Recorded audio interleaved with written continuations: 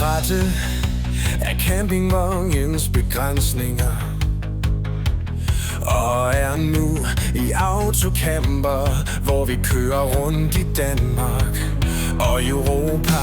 Ja, hele verden, som ligger for vores fødder.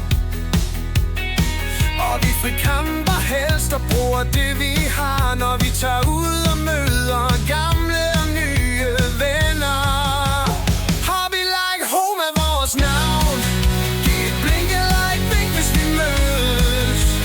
Hobby for os var tidligere kun symaskinen, broderi, 3D-print, guillotine og amatørradio. Men nu er så navnet på vores camper. Hobby like home er vores navn. Giv et blink eller et vink, hvis vi mødes.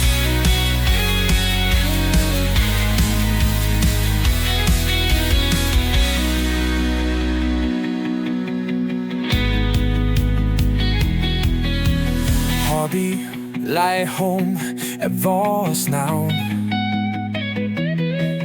Giv et blink eller et vink, hvis vi mødes.